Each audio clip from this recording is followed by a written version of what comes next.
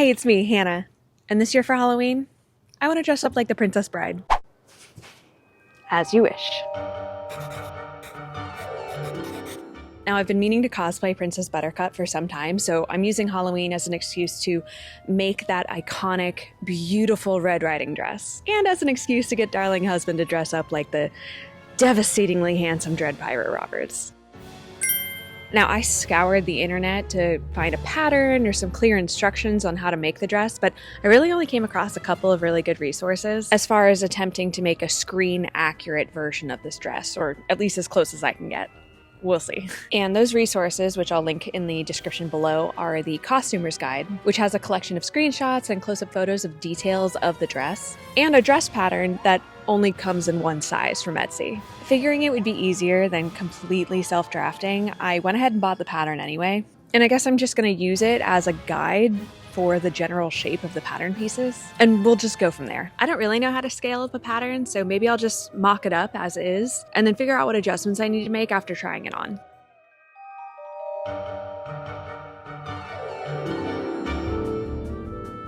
Yeah, so that's not quite the right fit. Definitely gonna have to make some adjustments.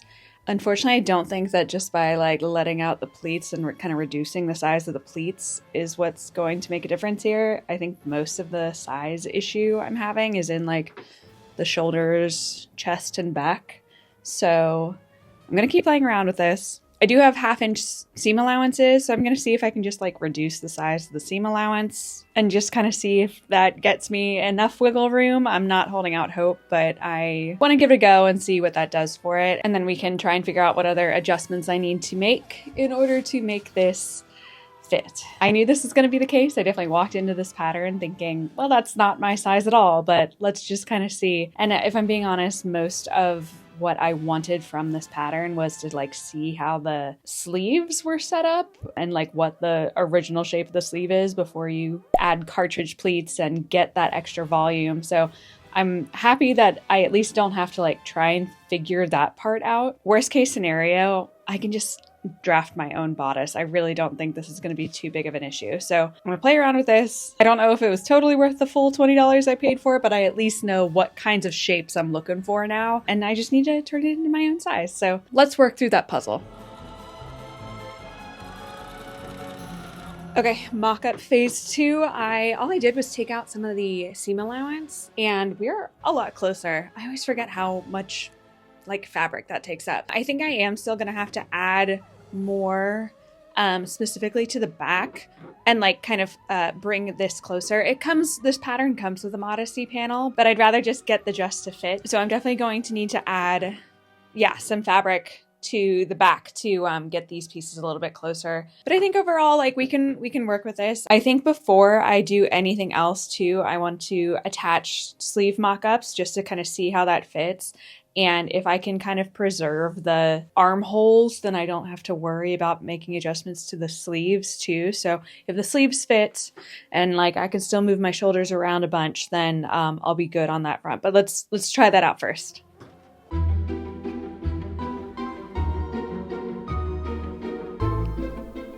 I went ahead and traced the pattern out again and added an extra 1/2-inch seam allowance around the entirety of each piece before putting together my third mock-up, complete with sleeves.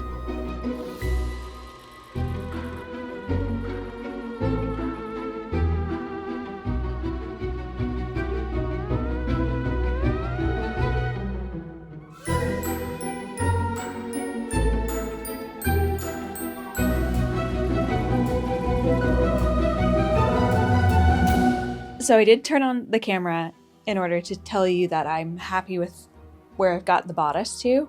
I might need to bring the back panels out a little bit further. I've got all this extra fabric, so I can play around with that a little bit more. But again, I've got the modesty panel, so I'm not that pressed about it. I am finding myself doing that thing that I'm sure many cosplayers can relate to, where I am at a point where I'm okay, I've made all these changes, and I'm just kind of assuming that they match up with the costume. So I'm going to stop myself. I'm going to pause, and I'm going to take another look at the photos and make sure that this is in fact what it needs to be before I move on. So Okay, I think I am happy with that. I was specifically looking at the placement of the pleats as well as the waistline, which I had originally thought was a little bit more like waistline, but luckily I checked because it is a little closer to an empire waist type of a bodice. I might even take a little bit more up from the bottom. I think I might have overextended the bottom of the bodice. So those are just some things I'm going to play around with. And then I haven't made any adjustments to the sleeve pattern, so I might just take the sleeves off my first mock-up and see if they'll fit. But I do think I adjusted the pattern so that it would change the like circumference of the arm size. So I kind of just need to calculate the difference there and see if it's still going to fit the sleeve circumference. So let me figure that out and then we can go from there. Okay, so I have my bodice pieces patterned. I think I'm done making adjustments to these. I've come to realize that I do not enjoy filming pattern adjustments because there's so many tiny little tweaks and changes that I'm making that it would take forever. It would be the longest video ever if I genuinely walked through every tiny decision I'm making and every like quarter inch that I'm adjusting here and there. So let me just walk you through what changes I have finalized, and then we can finally cut into the fabric. Okay, so these are the two original pieces, and you can see that I basically started by just extending the seam allowance, and I found that that was pretty much perfect.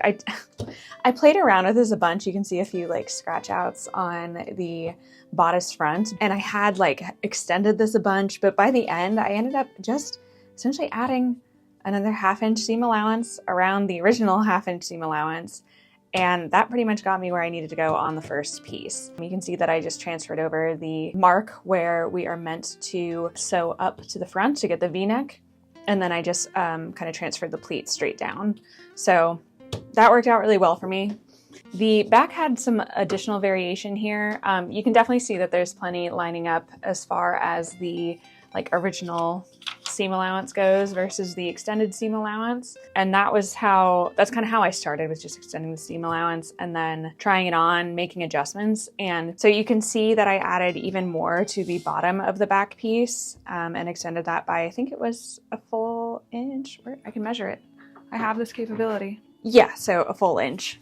And then I originally extended the back a lot further and brought this back in until I got to the size that I was looking for, which ended up just being only a 1/2 inch up top, but then a full inch at the bottom. Is this literally the most perfect fit ever?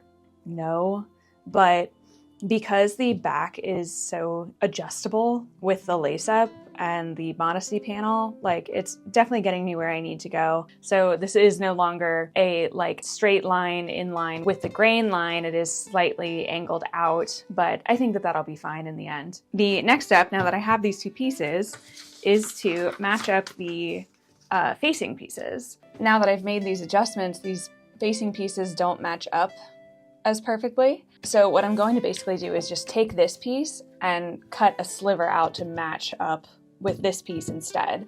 And the same goes with this. So let's see if I can trace those out.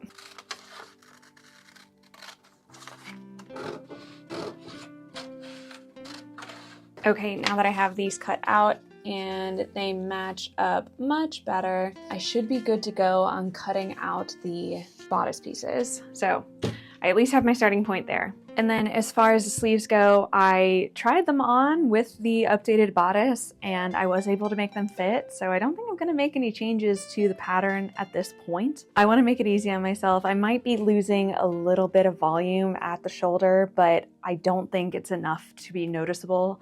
And I'm already kind of nervous about the sleeves in general because of the cartridge pleating. So I just wanna stick to as close to what the instructions are going to have there as possible. So yeah, I'm just not going to make any changes to the sleeves. The skirt panels, I'm a little nervous about how much fabric that's going to take up. So there are pleats in the dress pattern, so there's already extra volume built in. So I'm going to see if I can get away with potentially adding like a 1/2 inch seam allowance here, maybe a 1/2 inch seam allowance there, just to get it to better match up with the changes I made to my bodice pieces and like the bottom connecting points there.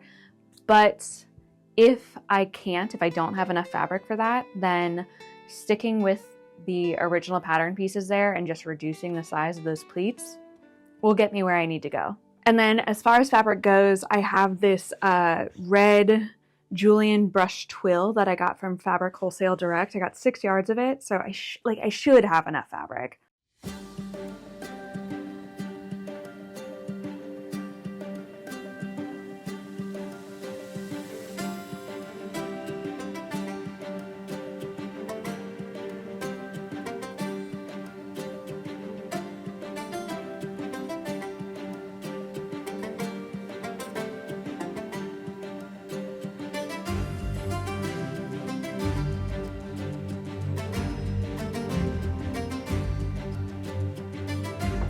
Good morning.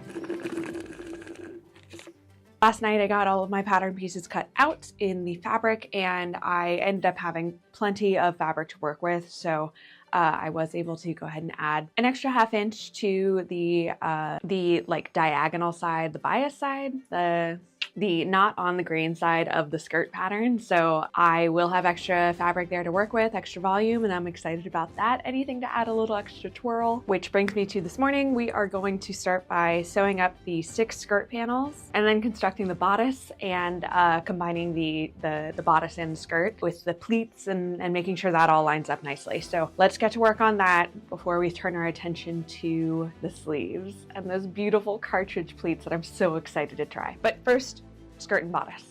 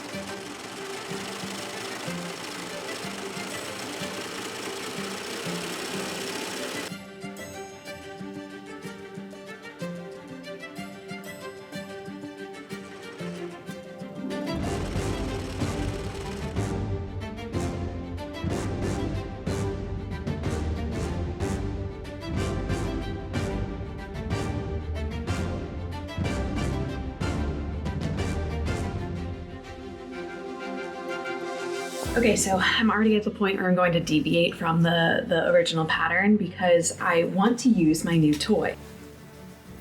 Allow me to present to you a flower stitch attachment. So this sewing foot essentially makes really cute little embroidered flowers. A couple different shapes there, and there's a bunch of different variations you can do. I want to use it to make eyelets for the lace-up back of this dress. And it does this by zigzagging in a circle, which, you know, I guess I technically could do manually, but this makes this process a lot easier. So with that in mind, if I'm going to zigzag in a circle, I'm going to need to be able to kind of turn my fabric in a circle. So I figured it would be easier to do that if I haven't constructed the full bodice, but rather I'm just using this one piece of fabric. Or rather, I guess it is technically 2 pieces because I need to sew on the facing. So I'm going to start there. I'm going to sew on the facing of the back bodice pieces, and then let me show you my new toy. Oh, my mic wasn't recording for any of that. You can still hear me, right? It's fine.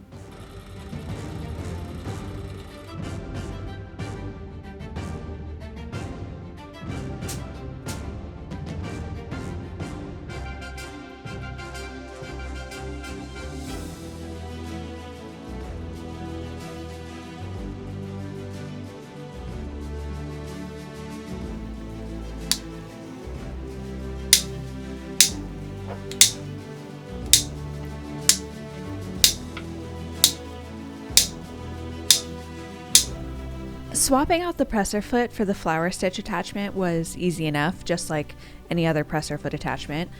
For the eyelets, I made sure to move the disc all the way to the left, the direction of the minus mark, to reduce the circumference of the inside corner of the zigzags. It definitely took some practice, and I don't know if it was my fabric or what, but I seemed to have the most consistent luck when I didn't actually lower my presser foot. Not necessarily advice, just reporting back to the fellow members of the Anything to Avoid Hand Stitching Club. Do with that information what you will.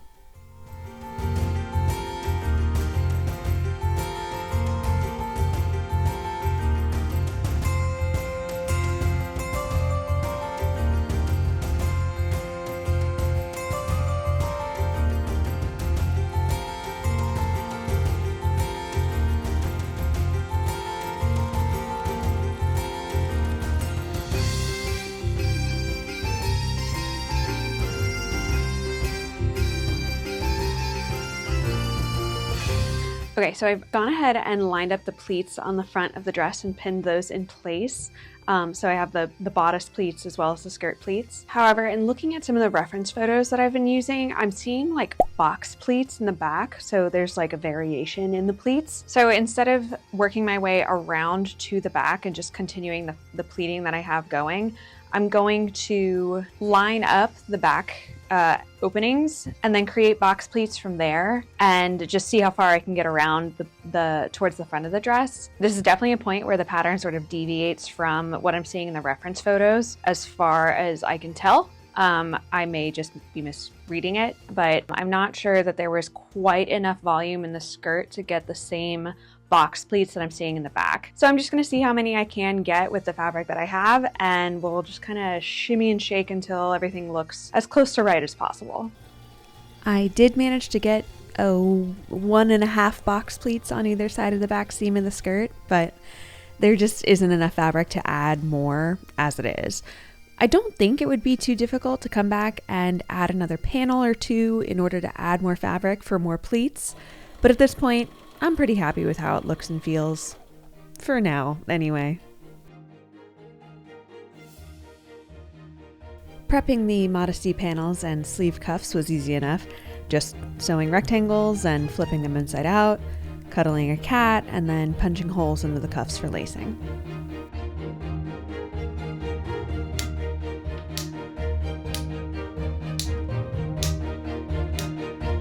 Okay, so we have the base of the dress complete, the bodice and the skirt. I'm gonna let the skirt hang for a little bit overnight so that I get any drop out of it before I add a hem. I've also completed my cuffs for the sleeves and the modesty panels for both the sleeves and the lace up back of the dress. And now that I have pretty much everything done, it is time to finally turn my attention to the sleeves, and specifically the cartridge pleats, which is a new technique that I'm learning for this dress.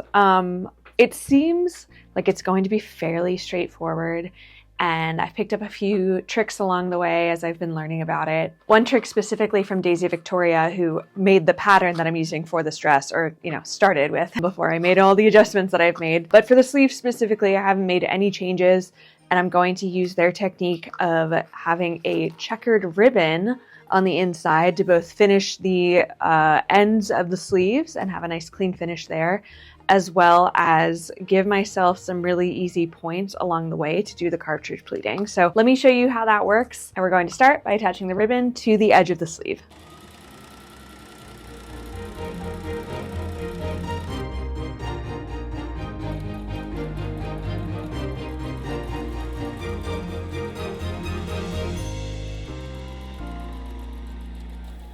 Once I attached the ribbon, I flipped it over, ironed it, then sewed the ribbon in place to enclose the seam allowance. Using this cute wax unicorn that my friend Allie gave me, I prepped my thread, which at 2 Hannah wingspans in length was probably too long, but I was able to do these cartridge pleats with 1 thread for each of the 2 rows of stitching, so that kept things from getting any more complicated than necessary. My pleats ended up being about 1 inch each, which I wouldn't say lined up perfectly when I attached the pleats to the cuff, but it was close enough, and having the spacing predetermined by the ribbon's checkers meant less math for me, and it all more or less worked out in the end.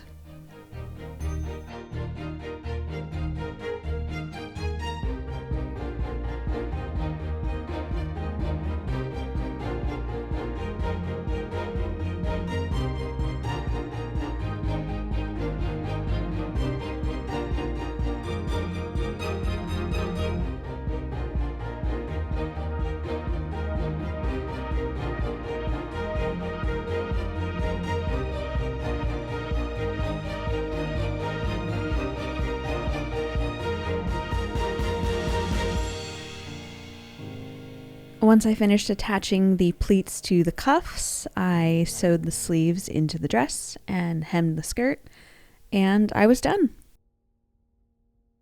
Except that I wasn't. I remembered the morning of my reveal shoot that I was supposed to have a belt. Thank goodness I still had fabric left over, which I used to whip up a long rectangular shape. This was part of my original plan, but I then realized that the filigree I had ordered to attach to the belt still hadn't arrived, so I decided to make my own.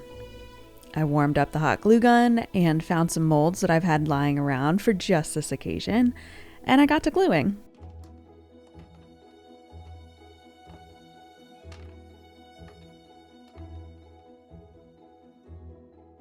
Once I had enough pieces, I took them outside to spray paint them, first with a base layer of black, then a gold finish.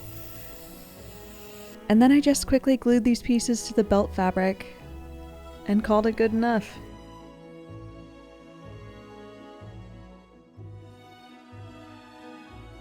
And with that, a wig and some red boots, let's take it to the reveal.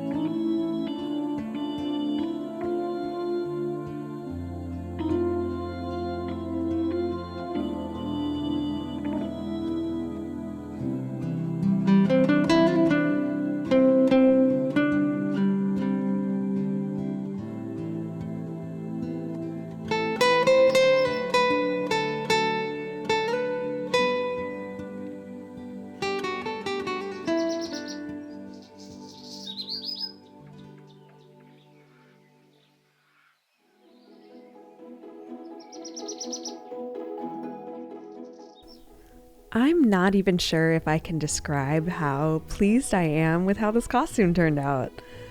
I'm already scheming for upcoming cons, and I have a nice list of ways to improve upon it for an actual fan convention, like redo the belts with the filigree that still hasn't arrived, and maybe track down a wig that isn't quite as blonde, and maybe some shoes that are a bit more screen accurate than the red cowboy boots I pulled out of my closet. My biggest concern is the difficulty of getting the dress on and off. I will certainly be adding a zipper to one of the side seams before I wear this in the future because woof. But for a family Halloween party, it is perfectly fine as is, and I couldn't be happier.